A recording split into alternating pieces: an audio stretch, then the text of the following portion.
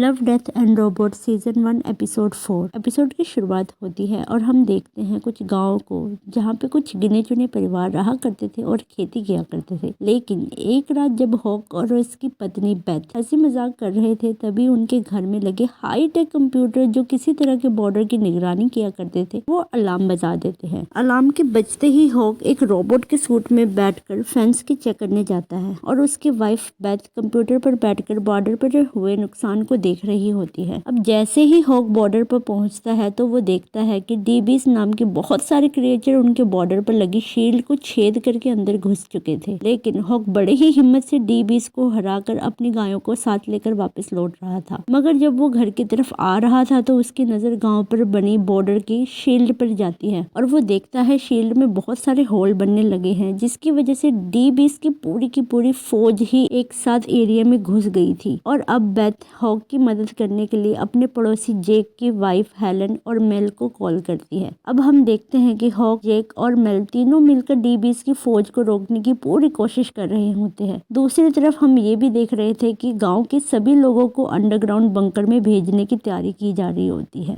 थोड़ी देर में सभी लोग बंकर में पहुंच जाते हैं लेकिन बॉर्डर पर लड़ रहे हॉक, जेक और मेल डीबीस की फौज से घिर जाते हैं। वो अभी भी तीनों लगातार लड़ रहे थे लेकिन जब डीबीस जेक के रोबोट सूट के ऊपर चढ़कर वायर्स को काट देती है और सूट खराब कर देते हैं तो वो हॉक और मेल को बचाने के लिए खुद के सूट को ही उड़ा देता है और जेक के साथ साथ डीबीस भी मारे जाते हैं। वहीं दूसरी तरफ हेलन को जेक की मौत की खबर मिल गई थी लेकिन अभी दुख मनाने का समय ही नहीं था क्योंकि सभी डीबीस को मारते हुए एक बहुत ही बड़ा डीबी आ जाता है जो पहले वालों से 1000 गुना बड़ा था और वो डीबी हॉक और मेल पर हमला करने लगा। हॉक को मुसीबत में देख बेथ अपने घर में लगी बड़ी सी लेजर बीम से उस डीबी पर हमला कर देती है लेकिन उस डीबी को ज्यादा फर्क नहीं पड़ता। पर तभी हॉक उस डीबी के मुंह को पकड़कर खोल देता है और फिर बेथ को बोलता है कि मुंह के अंदर फायर करें। बेथ हॉक के कहने पर फायर कर देती है और इस बार वो बड़ी डीबी भी नहीं बच पाती और वो वहीं मर जाता है। इसके बाद हम अगले सीन में देखते हैं कि गाँव में फिर से शांति हो गई है। फिर जब कैमरा आसमान की तरफ जाता है और हम देखते हैं गांव के बॉर्डर पर लगी शील्ड के ऊपर अभी भी हजारों डीबीज हैं और ये गांव आउट ऑफ स्पेस में कहीं दूर किसी बंजर पड़े प्लेनेट पर है और इस प्लेनेट पर इंसानों की और भी ऐसी कॉलोनीज बनी हुई हैं। और यहाँ हम समझ सकते हैं कि इस एपिसोड का मैसेज साफ साफ था, अगर हमने अपनी धरती को नहीं बचाया तो फ्यूचर में हमें इसी तरह रहने पर मजबूर होना पड़ेगा जहाँ इंसानों को खेती करने तक भी इतने खतरे उठाने पड़ेंगे। और इसी मैसेज के साथ ये एपिसोड